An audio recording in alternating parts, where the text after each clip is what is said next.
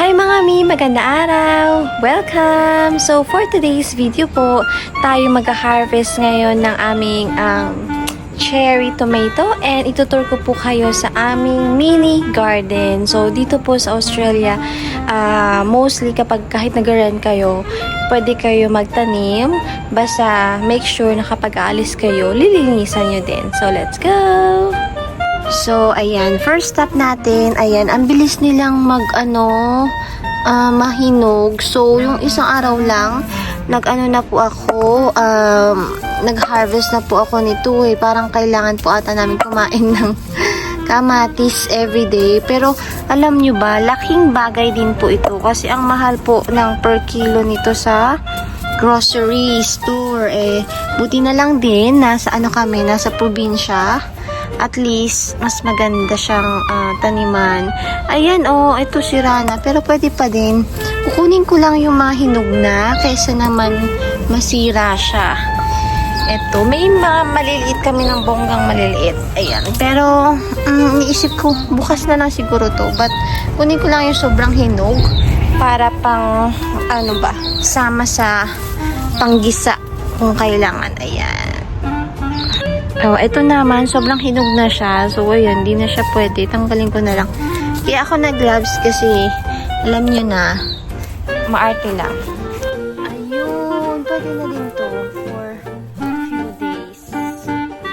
Ayan, ito po pala yung aming kamatis na hardin. Meron po kaming, ayan, ano pa siya, hilaw pa. Pero soon, hopefully, maghihinog na din siya. Ayan yung aming kamatis. Umabot na nga sa kabilang backyard. Pero puputulin naman yan.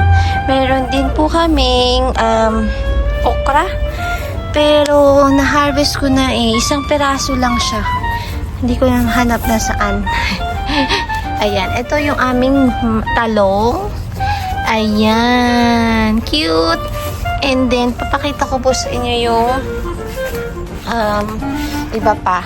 Ito yung cherry tomato namin kaso nag-dry na siya. Ayun siya, liliit.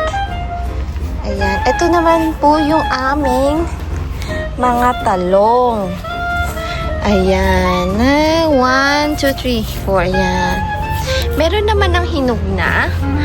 So, siguro sa susunod na araw na lang. Hopefully, hindi siya kainin ng insect or bird. Kasi araw-araw laging may bumibisita dito na insect at bird. Alam niyo na. But that's okay. It's a part. Ito, ang aming sili. Ayan. Meron din po kaming kamatis. Papakita ko po sa inyo. So, ayan. So, dito po, 1 year na po kami dito sa area na to. So, ito na yung aming natanim. Ito yung aming carrots pala. Ayan, yung carrots namin, Yun. Ay, ang liit. So, hindi na siya, pag nakuha mo na, hindi na pwede ibalik. So, at least, that's okay. Meron ako separate video ng harvesting ng carrots.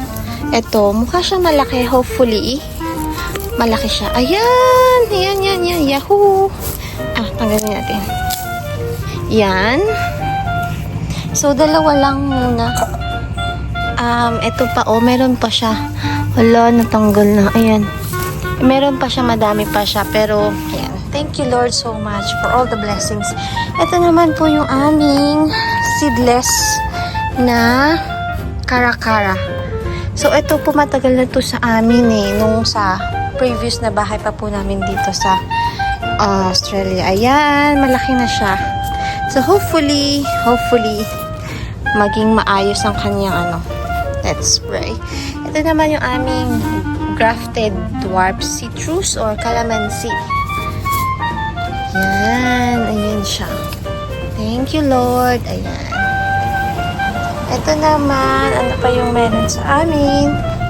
Ito yung meron kaming aloe vera, pero ito is sa may-ari po ng bahay na to. Dahil kaming nag-rent lang. Ito, meron din kaming lemon. Yan. So, So, ito pong makikita nyo. Ito, meron akong separate na video about this one na nakahang. Ito po yung green grapes. Kaso, hindi namin, tinikman lang namin, kaso maasim siya. Ang ganda lang tingnan. Ayan, meron pa siyang natira, pero natanggal na namin. Ayan siya. So, ito po is sa may-ari. So, nagbo-boom siya ng, ewan ko kailan, few months ago na. Yan. This one naman po is our, I think, 3 to 4-year-old na avocado. Yan, medyo malaki na siya at na-dehydrate. So, pero continuous pa din naman siya nag-grow. Yan. So, hopefully someday, sabi nila kasi mga 5 years pa bago talaga mag-grow ang avocado. Yan. Ito siya. Yan. Hopefully, Lord, para alam nyo ba ang mahal ng avocado dito? Siguro mga $2 isa or 80 pesos each. Kalain nyo yun. Ayan. Ayan. Ito naman yung aming olive. Ayan. Ay, di pala sa amin ba ito? Nakalimutan ko na. But anyway, ayan yung olive. Ito yung another avocado. Hopefully, it will went well soon. Ayan. So, ito yung itsura ng garden, mini garden. Ayan. Lalabas po tayo para ipakita ko sa inyo yung iba pa. Wait.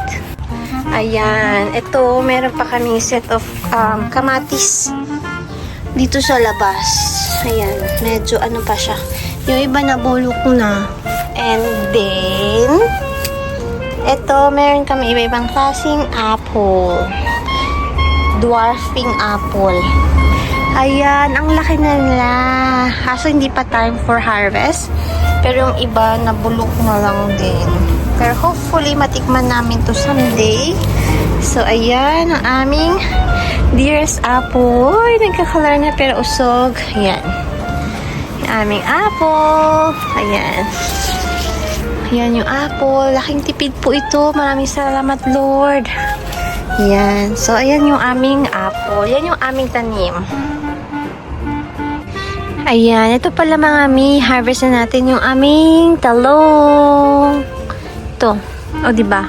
Ano ko gagawin kaya to? Yung isang kamay ko, nakahawak. Yung isa, yun. Hirap pag walang photographer. Pero, ganun talaga. Yeah. Okay, yun. Nalaglag na. Saan na yun? Oh, here we go. Here. Wait lang po. Ayan. Cute. Hindi siya cute, malaki. And I think pwede na to. Ito kaya, isa. So, dalawa lang. Tayo'y may pang-ulam na for today. Thank you po. Thank you, Lord. Yon. So, okay na siya, Mami. That's it. So, ayan na, Mami. Ito yung mga nakuha ko. Hindi ko na video talaga ng pagkuha. Pero, ayan. Ang lalaki ng aming carrots. Yan. And, kamatis. So, thank you all for watching and thank you sa pagstay and pag-watch. God bless everybody and have a good day!